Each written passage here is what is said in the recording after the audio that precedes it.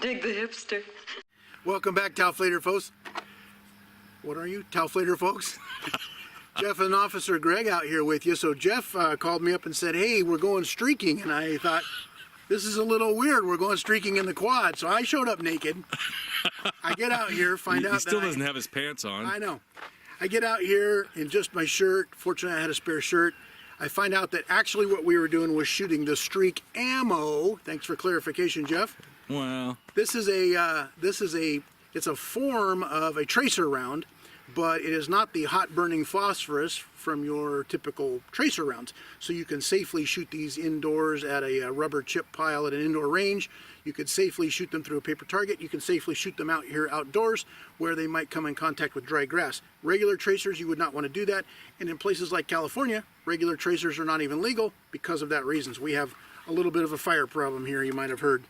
So the Streak rounds, we have 40 and 45 caliber today. We're going to shoot the 40 out of a Glock 22 and the 45 caliber out of an M&P 45. We're going to try these out. We're waiting for the sun to go down right now, so we thought we'd film a little intro. We got another few minutes before the sun goes down low enough. The rounds, when you pull them out, they are indistinguishable from a standard round. They just look like your standard hardball 45 round. Round nose, no special markings on the head, no special markings at the case mouth or on the actual round. So yeah, like I was saying, they should have put a red dot or something on them, or a green dot. Just or lasers. Lasers, yeah. Laser beams. Yeah. They do come in a box of 20, and they are going to be reasonably priced. We won't throw a price down here because that could fluctuate, but for a box of 20, they're reasonably priced for people like you and I who want to actually buy them in an indoor range and shoot them. They would be a good training aid because you can actually see your rounds go down range, and you don't have to just look down there at your target and try and count the holes. So if these actually illuminate the way they're supposed to, it's well within reach of the average consumer to pick up some of these for. I'm thinking they were a box of 20 was like $11 or $12. I could be wrong, but if I remember right, it was like, wow, that's a lot less than I thought. And I've bought gimmicky ammo before that's $40 a box of 20 because they're supposed to do these magical things and cure wolves. R.I.P. Supposed to kill werewolves and bring down airliners and all this kind of stuff. So that's actually not a bad price for a box of 20 rounds. For training ammo, however, that's the price of more like hollow point carry ammo. For training ammo, this would be more. You buy a box or two, you run them down range. You wouldn't shoot 500 of these in one sitting at a training class. But we're going to give them a try out here, see how the Streak works. I'm going to put on some pants because I'm a little uncomfortable out here shooting firearms with no pants on. And let's give it a try. The Streak ammo, by the way, has pretty standard velocities. The 45 is rated at 925 feet per second. The 40 caliber at 958 feet per second. That's pretty close to actual velocities for standard handgun ammo for these two calibers. So, they're getting the same amount of powder charge out of it. You're flashing my son over there. All right, let's get to it and see what we can do as soon as the sun goes away. All right, when you're ready. I'm ready. I'm ready, cabron. I didn't see anything on that one, but I may have seen a little bit. I thought I saw it in real time, but in this footage, I can't see it at all. Maybe you can. It's actually darker than it appears on camera. The camera sensors pick up light better than I expected. We'll see if we can see it. The sun is officially down. yeah. Okay, I'm ready. This is 45. 45. Okay, Ready? I'm ready. Oh yeah, I saw that one. Did you see it? Yeah. All I could see was the muzzle flash. Oh, okay. Still not bright enough to see, at least in the camera footage. What is it? 40. Okay, I'm ready. Here we go at the steel. You see him? Yeah. You're missing.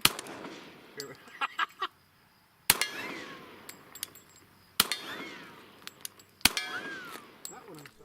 Even 20 minutes after sunset, where it was a lot darker than it appeared in this video footage, it was still difficult to see these with the naked eye. It was also dark enough that Greg was having a difficult time just seeing his sights. That's a jug. Jug?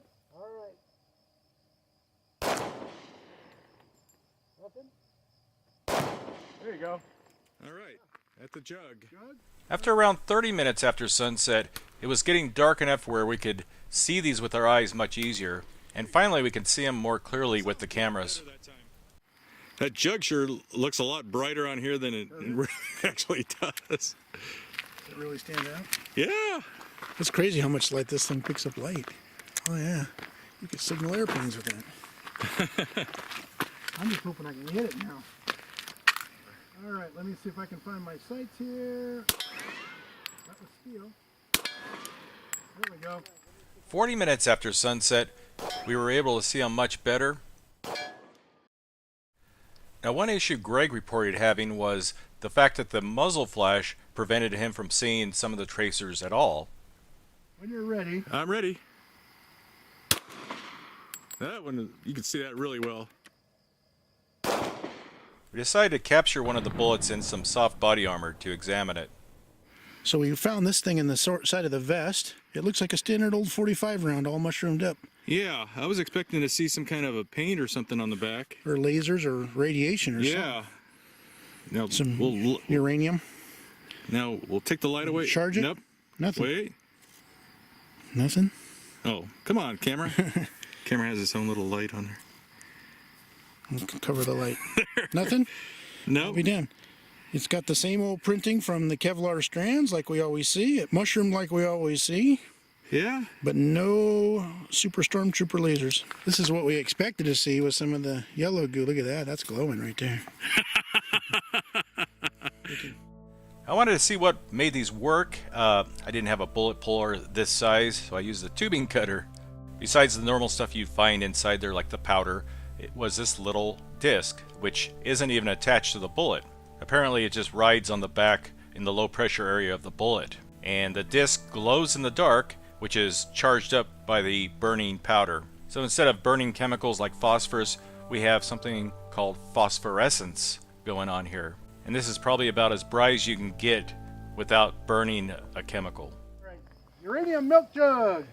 Actually, I played bass for the uranium milk jugs in 1993, but we only played small bars in Chernobyl, so we didn't get a lot of customers.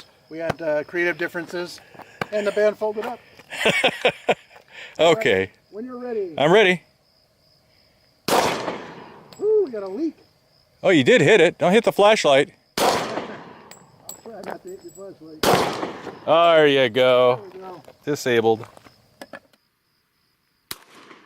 Ooh, we got a leak. Oh, you did hit it. Don't hit the flashlight. I'll try not to hit your flashlight. There you go. Man, there's bugs everywhere. I know. I'll shoot the bugs. All right. Okay, I'm ready. All right. 45. Anything? You're missing. You're shooting to the left. Can't see my sights out here. There you go. There you go. Left. Okay. I can see them really well now, Can you? but it's almost completely pitch dark now. At this point it was so dark, Greg decided to pull out his flashlight so that he could have something to silhouette his sights against. Now, of course, the target being painted black did not help matters at all. It was difficult to put black sights against.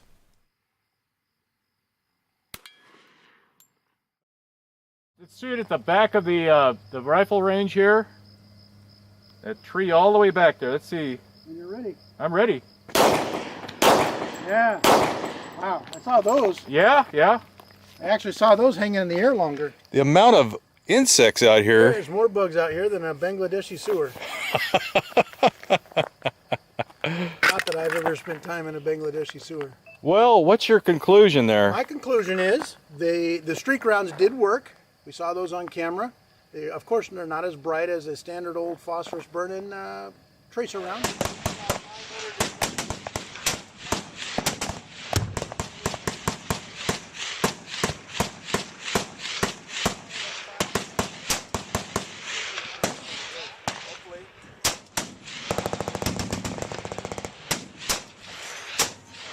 But they did work. We're in some pretty low light, and they became much more visible as the light went down to almost dark out here. I can barely see Jeff right now. So if you're going to use these on an indoor range, you'd have to have a ability to lower the light in the range, but they do. Yeah, I think they'd be hard to see with normal indoor illumination. Yeah, but if you have an ability to control your illumination in there, get the range master to shut down some lighting in there for low light. Well, they're not going to do that. Yeah, they will. Some Maybe places. for you. Some places. 'Cause you're the... The other thing we learned out here too is that shooting without night sights, I'm not a big fan of night sights on pistols, but shooting without night sights was tough to see. It was tough to see those black steel target downrange. So Well, that's one thing you learned. Maybe you need to put some white night crayon sights- on there. I'm not a fan of night sights. Okay, This okay. one has some burned out tritiums from years ago. I mean, some Trijicons from years ago, but not a fan of the old night sights. I don't know. It's personal preference. I'll glue a little glow tube, a 99-cent store glow tube to the top of my Glock. I don't think it was even 99 cents. I'll just hook it up right there, and I'll go to town. So, folks, they're definitely worth giving a try. They're not gimmicky ammo like you often see on the store shelves. So, get some. Go out and Get some! get some. Anyway, thanks for tuning in. If you get a chance, swing over to the OG's Danger Show and give our channel a try. We will see you guys on the next video. I'm going to eat this glow stick.